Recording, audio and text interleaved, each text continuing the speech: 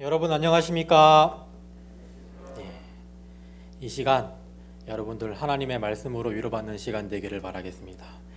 3주기 인증이 얼마 남지 않았습니다. 옆에 계신 분들에게 조금만 더 힘냅시다 하고 인사해 보도록 하겠습니다. 조금만 더 힘냅시다. 조금만 더 힘내시고 하나님께 모든 것을 맡기시고 열심히 준비하는 우리 모두 되었으면 좋겠습니다. 어린 시절 제가 명절을 맞아서 시골에 가게 되면은 겨울이든지 가을이든지 꼭 하는 일이 있었습니다. 그것은 강에 가서 고기를 잡는 일이었습니다. 삼촌과 큰아버지는 강에 가셔서 빠가사리, 쏘가리, 꺽지, 메기, 피라미 등 여러 가지 물고기를 잡으셔서 매운탕을 끓여 드셨습니다. 저는 먹지는 못하지만 물고기 잡는 것을 정말 좋아했습니다. 통발을 사용하기도 하고 돌을 망치로 때려가지고 물고기를 기절시켜서 잡기도 하고 족대를 가지고 잡기도 했습니다. 그리고 낚시로 잡기도 했습니다. 제가 어릴 때부터 무언가를 잡는 것을 정말 좋아했던 것 같습니다. 먹지도 못하는 가재를 한 20마리 이상 가져와서 작은 어항에 넣고 키우기도 했고, 까투리 아십니까? 꿩새끼도 어디 구해가지고 키우기도 했습니다. 그리고 활을 만들어서 차고 다니면서 멧돼지를 만나면 사냥하는 상상을 하곤 했습니다. 저의 내면에는 사냥꾼의 기질, 어부의 기질이 있는 것 같습니다. 성경에서도 보면은 예수님께서는 어부들을 제자로 부르십니다. 그리고 베드로에게 말씀하셨습니다. 고기를 잡는 어부가 아니라 사람을 낚는 어부가 되라고 이야기를 하셨습니다. 다 같이 마태복음 4장 19절을 읽어보도록 하겠습니다. 마태복음 4장 19절 시작. 말씀하시되 나를 따라오라. 내가 너희를 사람 낚는 어부가 되게 하리라 하시니. 이 말씀은 베드로를 넘어서 우리에게도 하시는 말씀입니다. 이 세상을 향해 복음의 그물을 던져라고 우리에게 말씀하십니다. 예수님께서는 우리에게 사람을 낚는 어부가 되라고 말씀을 하십니다. 우리는 성경 속에서 어부의 삶을 통해서 사람을 낚는 어부의 삶을 배워보려고 합니다. 첫째, 어부는 취미로 그물을 던지지 않습니다. 물고기를 잡는다는 것, 저에게는 정말 흥미로운 일이었습니다. 물고기가 잡히면 기분이 좋고 잡히지 않아도 재미가 있습니다. 그런데 그것이 재밌고 흥미롭고 가볍게 즐길 수 있는 행위가 될 수 있는 이유는 무엇입니까? 그것은 저의 직업이 아니라 취미이기 때문입니다. 고기가 잡히지 않는다고 해서 제가 굶는 것이 아니기 때문입니다. 그냥 재미로 잡는 것이기 때문입니다. 그래서 취미로 낚시를 즐기는 분들은 손맛만 보고 물고기를 어떻게 합니까? 놓아주기도 합니다. 왜냐하면 고기를 먹으려는 것이 가장 큰 목적이 아니기 때문입니다. 그런데 어부는 진지합니다. 최대한 많은 고기를 잡아야 합니다. 그래야지 먹고 삽니다. 한 마리라도 더 어떻게 해야 됩니까? 잡아야 됩니다. 어떻게 해서든지 더 많이 잡아야 행복합니다. 왜냐하면 그것이 나의 일이기 때문입니다. 취미로 낚시를 즐기는 사람이 그물을 대하는 태도와 어부들이 그물을 대하는 태도는 전혀 다를 것입니다. 성경에서 그물에 대해서 이렇게 이야기합니다. 마태복음 13장 47절 다 같이 읽어보겠습니다. 시작. 또 천국은 마치 바다에 치고 각종 물고기를 모으는 그물과 같으니. 그물은 복음이고 그물을 던진다는 것은 복음을 전파한다는 것을 의미합니다. 이렇게 그물에 대한 정의를 알아두고 넘어가도록 하겠습니다. 베드로에게 있어서 물고기를 잡는 행위는 취미였을까요? 생업이었을까요? 생업이었습니다. 예수님께서는 어부들에게 사람 낚는 어부가 되라고 말씀을 하셨습니다. 살아가기 위해, 가족을 먹이기 위해 책임감으로 그물을 던지는 자들에게 복음의 그물을 던지라고 말씀하셨습니다. 그들에게 있어서 그물이 무엇입니까? 그들의 삶을 가능하게 만드는 물건이었습니다. 목수에게 망치가 꼭 필요하듯이, 택시기사에게 자동차가 꼭 필요하듯이, 목사에게 성경이 꼭 필요하듯이 말입니다. 그런 그들에게 예수님께서 말씀하십니다. 사람 낚는 어부가 되라고 이야기를 하십니다. 그들이 곧 그물을 버려두고 예수를 따르니라. 베드로는 삶의 그물을 버려두고 복음의 그물을 선택하였습니다. 야고보와 요한은 배와 가문의 혜택을 포기하고 복음을 선택했습니다. 예수님께서 삶의 열심의 방향을 바꾸라고 이야기하고 있는 것입니다. 베드로와 안드레, 야고보, 요한 모두 어부였습니다. 그들은 취미로 그물을 던져 물고기를 잡는 낚시꾼이 아니었습니다. 그들은 어부였습니다. 그들은 예수 그리스도의 부르심을 따라 사람을 낚는 복음의 어부가 되었습니다. 우리도 살아가기 위해 열심히 그물을 던지고 있습니다. 어부들에게서 그물이 있다면 여러분들에게는 무엇이 있습니까? 무엇으로 생업을 삼고 열심히 살아가고 있습니까? 각각의 부서에서 여러분들이 할 수 있는 일을 여러분들이 하고 있습니다. 저도 원목실에서 제가 할 수 있는 일을 제가 하고 있습니다. 혹시 여기 계신 분들 중에서 오늘 취미로 출근하신 분 계십니까? 취미로 출근하신 분 계십니까? 아무도 없을 겁니다. 살기 위해서, 가족들을 위해서 이 자리에 나와 있을 것입니다.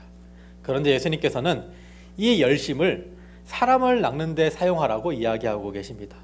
나의 일과 열심을 하나님의 사랑을 실천하고 하나님의 사랑을 전하는 데 사용하라고 말씀하고 계십니다. 그리고 그것이 생업이 되어야 한다고 또한 우리에게 가르침을 주시고 있습니다. 우리는 취미로 사람을 낚는 사람이 아닙니다. 이것이 우리의 생업이 되어야 됩니다. 하나님의 사랑을 전파하고 오늘 하루 하나님의 사랑을 성경에서 배우고 하나님의 사랑을 환우들에게 전하는 것, 그것이 우리의 생업이 되어야 한다는 것이죠. 두 번째, 어부는 고기를 잡기 위하여 최선을 다합니다. 어부가 원하는 고기를 잡기 위해서 어떻게 해야 할까요?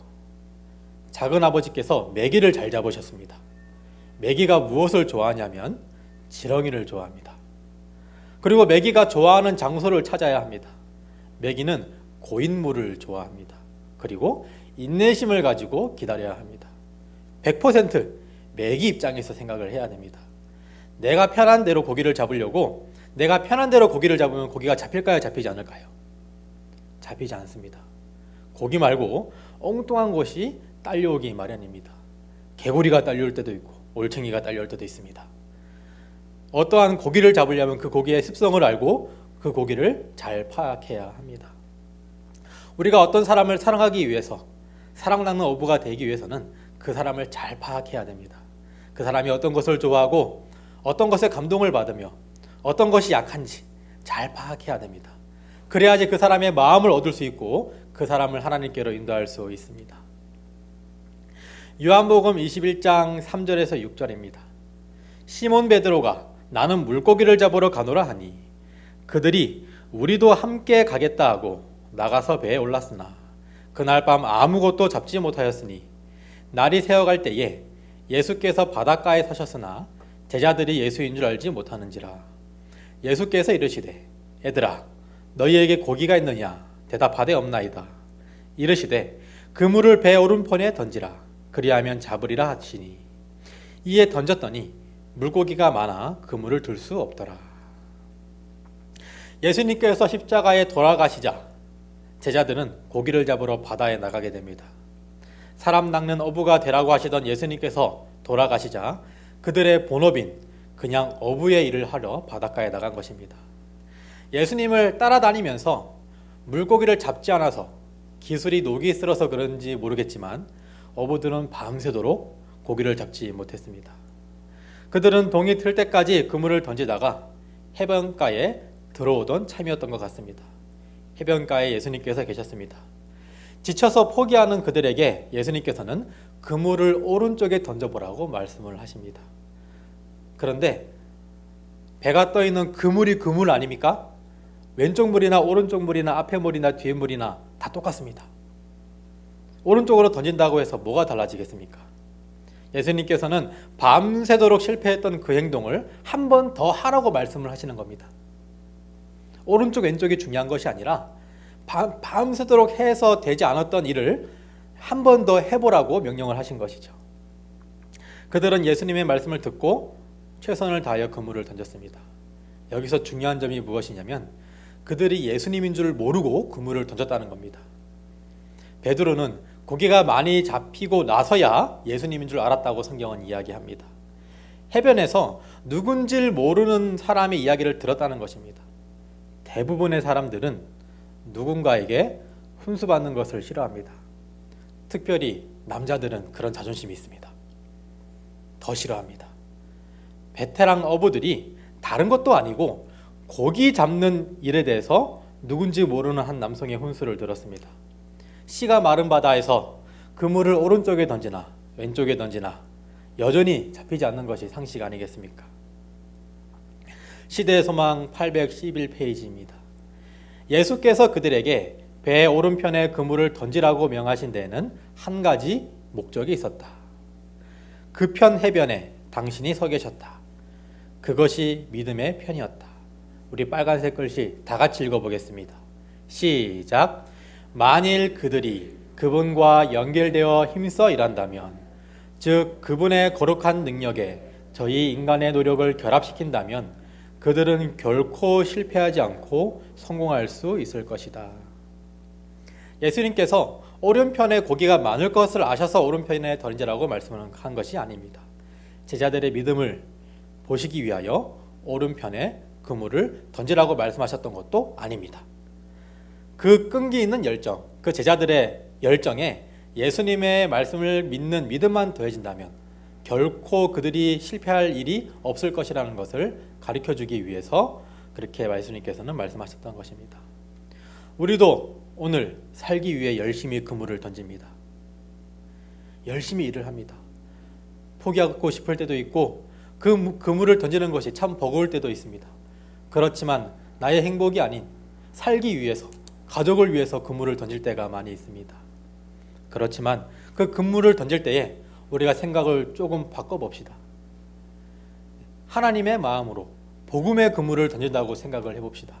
사랑을 실천하며 사랑을 하며 사람 낚는 어부가 되기 위해서 그물을 던진다고 생각을 해봅시다.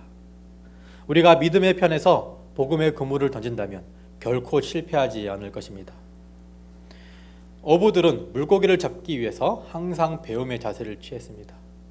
하루 종일 실패하고도 한 번 더 그물을 던지는 열정이 필요합니다. 우리의 일터에서, 일상에서 모두 만남의 장소에서 한 번, 두 번, 세 번 그물을 던지시는 우리 모두 되시기를 바라겠습니다. 포기하지 않기를 바라겠습니다. 그리고 생각의 전환을 해서 우리가 오늘 열심히 일하는 것이 나의 생업이 아닌 하나님의 일을 한다고 생각해 보시기를 바라겠습니다. 우리의 열심이 하나님의 뜻과 만나고 우리의 믿음과 만날 때 우리의 열심은 결코 실패하지 않을 것입니다. 오늘 하루 그물이 가득 차는 경험하시는 여러분들이 되시기를 바라겠습니다. 그 그물이 영적인 그물이 될 뿐만 아니라 우리 삶 속에서도 그물이 가득 차는 축복을 경험하는 우리 모두 되길 바라며 말씀을 마치도록 하겠습니다.